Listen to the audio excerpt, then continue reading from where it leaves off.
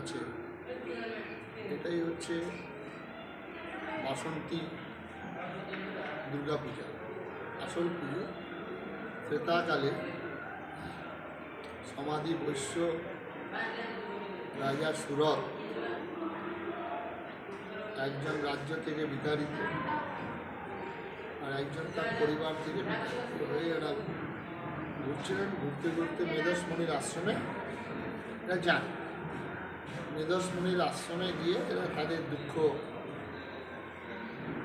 নিবেদন করেন। মেধসমণি বললেন যে তোমরা মহামায়ার শরণাপন্ন হও, মহামায়া যদি তোমাদেরকে আশীর্বাদ করেন তাহলে তোমরা তোমার রাজ্য এবং তোমাদের পরিবারের থেকে বিতাড়িত পরিবার অ্যাকসেপ্ট গ্রহণ করে নেবে। তখন দুজনেই ওরা তপস্যায় রত থাকল। তখন এই দেবী বাসন্তী দুর্গা পূজা এই মা কৃপা পেলেন, রাজা সুরত তার রাজ্য ফিরে পেলেন এবং সমাধি বৈশ্য তিনি তার পরিবারের সঙ্গে মিলিত। সেই পুরাকাল থেকে আজ পর্যন্ত বাসন্তী দেবী পূজা বসন্তকালে এটাই হচ্ছে আসল পুজো।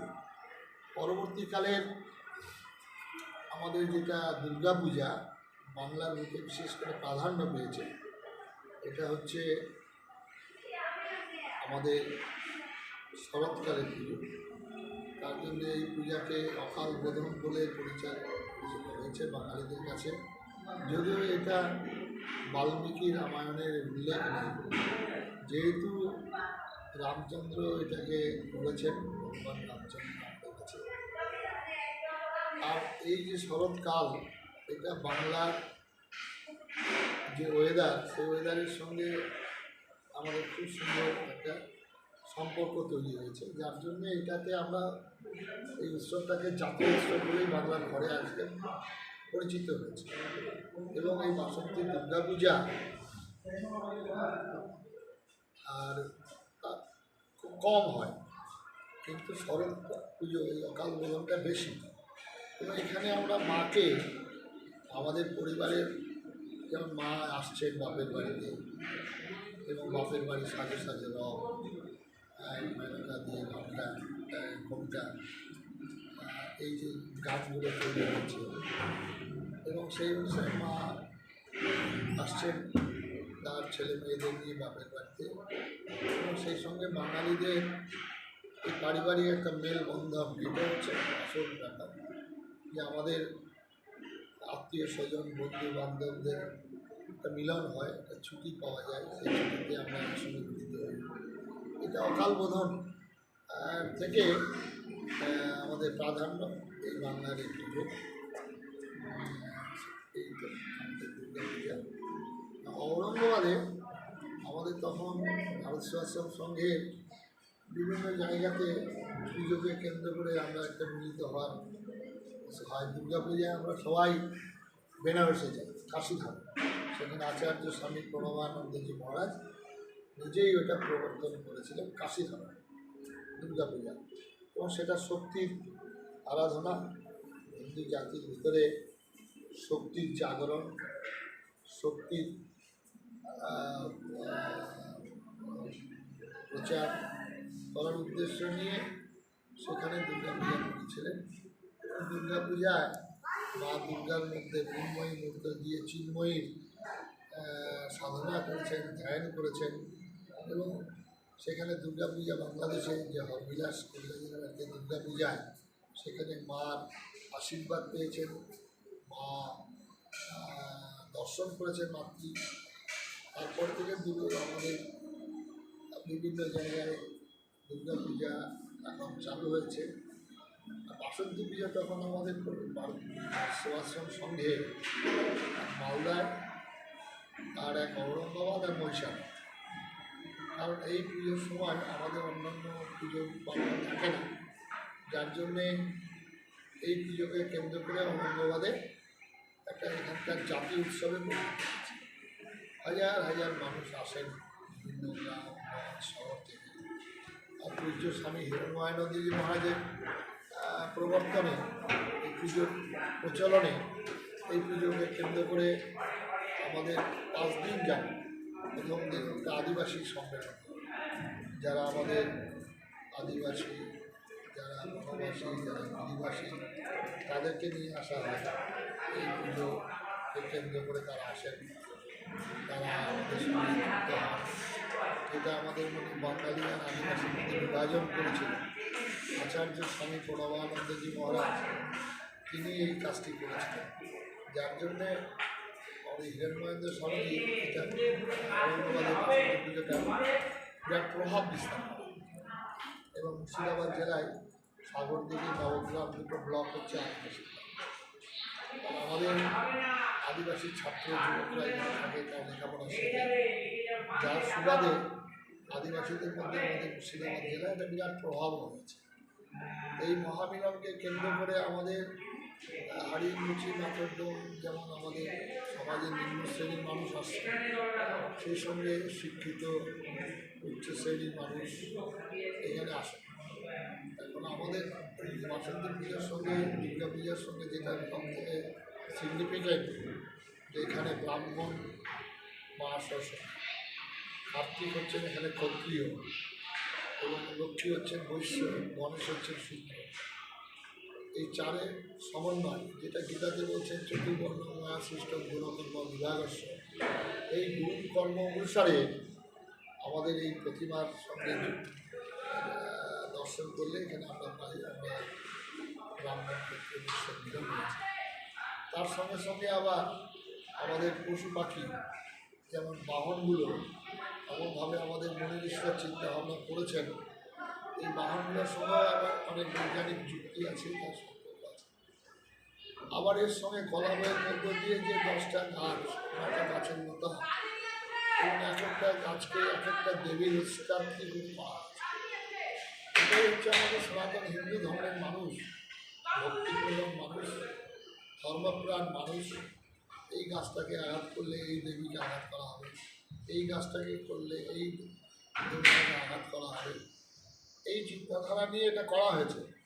আর আচার্য স্বামী প্রণবানন্দজি মহারাজ সাধন জীবনে সিদ্ধি লাভ করার বড় মুহূর্তে যে বাণীগুলো বলেছিলেন, সেই বাণী হচ্ছে এই যুগ মহা জাগরণের যুগ, এই যুগ মহামিলনের যুগ, এই যুগ মহা সমন্বয়, এই যুগ মহামুক্তি।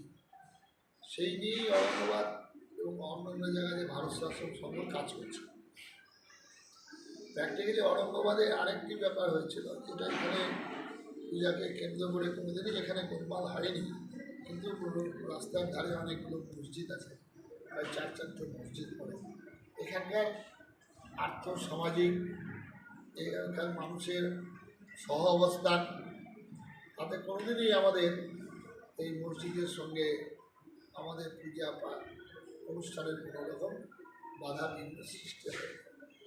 এখন গত 2 বছর 2বার এটা একটা ঘটনা ঘটেছে, যে ঘটনার জন্য আজকে আমাদের ঔরঙ্গাবাদের মানুষের মধ্যে একটা যন্ত্রণা, একটা দুঃখ, ক্ষোভ তৈরি হয়েছে, যেটা আমরা 50-55 বছর যাবৎ এই মা বাসন্তী পূজার, দেবীর পূজার উপলক্ষে ষষ্ঠীর দিন শোভাযাত্রা, সেখানে সমস্ত শিক্ষিত ধনী নির্ধন, গরিব বড়লোক, ব্রাহ্মণ ক্ষত্রিয় বৈশ্য শূদ্র আদিবাসী সবাই মিলিত হয়ে আমরা একটা ধর্মীয় শোভাযাত্রা করি। এই ধর্মীয় শোভাযাত্রাটায় গত 2 বছর যাবৎ একটা নির্দিষ্ট একটা গলি থেকে, নির্দিষ্ট কয়েকটা বাড়ি থেকে সেখানে ইট নিক্ষেপ করা, ঢিল ছোড়া। এর ফলে আমাদের এখানকার প্রশাসন শোভাযাত্রাটা বন্ধ করে দেওয়ার জন্য তারা আমাদেরকে নোটিশও করেছে। আমরা দেখলাম যে আমাদের হিন্দু ধর্মের মানুষ, আমাদের এত বড় উৎসব, কোনোদিনই এরকম ঘটনা ঘটেনি। বাধ্য হতে হাইকোর্টে গিয়ে আমরা অর্ডার নিয়ে এখন আমাদের পুজো উৎসবটি পালন করছে। এটা খুবই দুঃখজনক, কিন্তু এখনও পর্যন্ত এই বাসন্তী দেবী পূজাতে আমাদের হিন্দু মুসলমান উভয় সম্প্রদায়ের মানুষ প্রচুর পরিমাণে সাহায্য করেন। এখানে যেহেতু আর্থিক এবং সামাজিক অবস্থান, এখানে বহু বিড়ি কোম্পানি আছে। আমাদের এখানে শিব বিড়ি, জাকির প্রভূত সাহায্য করে। এখানে নূর বিড়ি, আমাদের হরিল সাহেব তিনি এমপি সাহায্য করেন, এবং এখানে পতাকা বিড়ি ওস্তাদ এবং কালাম সাহেব এনারাও আমাদের সাহায্য করেন। এখানে তারা উপস্থিত হন আমাদের এই পুজোতে আসে, প্রসাদ গ্রহণ করেন। সুতরাং এই বাসন্তী পূজাকে কেন্দ্র করে ঔরঙ্গাবাদের আশেপাশে 10-15 কিলোমিটার যাবৎ গ্রামগঞ্জ একটা সাজে সাজে রব, এবং এখানে তারা আসেন, তারা নিজের একটা উৎসব মনে করেন। ভারত সরকারের সঙ্গে এই কাজটা একটা ব্যাপক সাড়া ফেলেছে এই আমাদের মুর্শিদাবাদ জেলায় ঔরঙ্গাবাদ আর একটা বেলডাঙ্গা, আরও অনেকগুলো সেন্টার আছে, কিন্তু বেলডাঙ্গাতে জগদ্ধাত্রী পুজো কেন্দ্র করে সেই এলাকার মানুষ সমবেত হন, আর বাসন্তী পুজোকে কেন্দ্র করে এই এলাকার মানুষ। এখানে আমাদের দুটো স্কুল আছে, একটা প্রাইমারি সেকশন, তার প্রায় 2500 বাচ্চা প্রণবানন্দ